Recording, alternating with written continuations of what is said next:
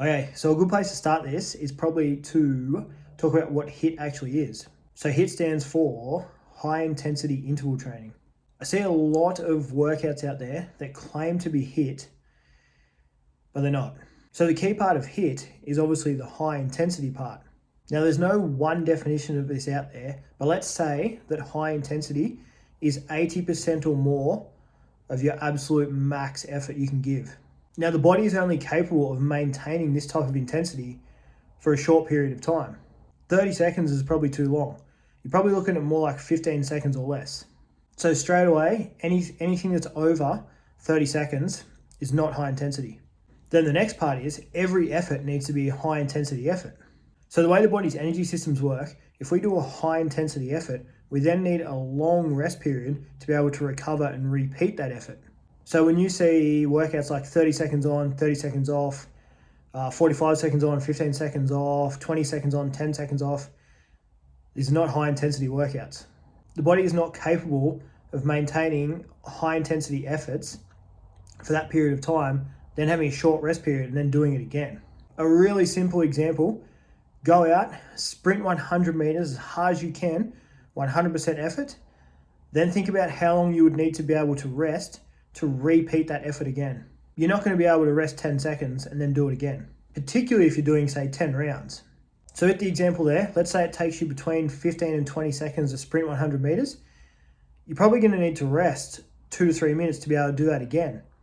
So that's kind of the work rest intervals you're looking at for high intensity interval training. Once that intensity starts to drop, it's no longer high intensity.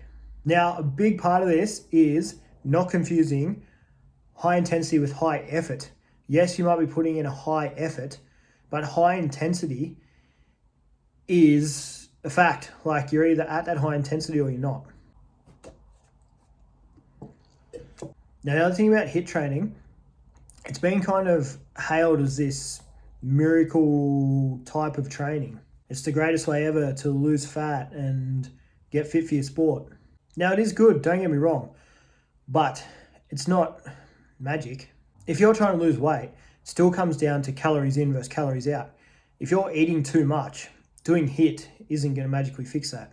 Now, the other side to this is training longevity. So HIIT is hard. Anyone who's ever done a proper HIIT workout will tell you it is hard and it is taxing. It wipes you out. You can't be training at that intensity every day. If it's a true HIIT workout, you're pushing your body to the limits.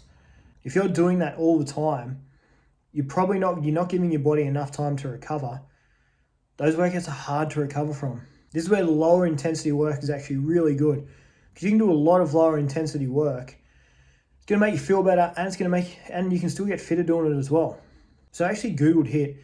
Some of the things I saw were interesting and a little bit mind-blowing at the same time. Some of the definitions were not HIIT, and it was from gyms. Now, one of the things that really worried me was someone had asked a question, like, the commonly asked questions come up. It said, is HIIT training appropriate for beginners? Now, I can't remember where this answer came from, but it said, yes, HIIT training is great for beginners. Think about what I just talked about with HIIT. It's you're pushing yourself to 80% plus max effort. Say if you have someone who hasn't trained for 5 years, let's bring them in the gym and let's get them to work as hard as they possibly can. That's not going to end well. Now, this might sound like I don't like HIIT. That's not true. It's just another way of training, and when used properly, it's a very useful way to train. What I don't like is how it gets sold to the public as this magic form of training that's going to help you achieve all of your goals. It's not magic. Anyway, I hope all that rambling makes sense.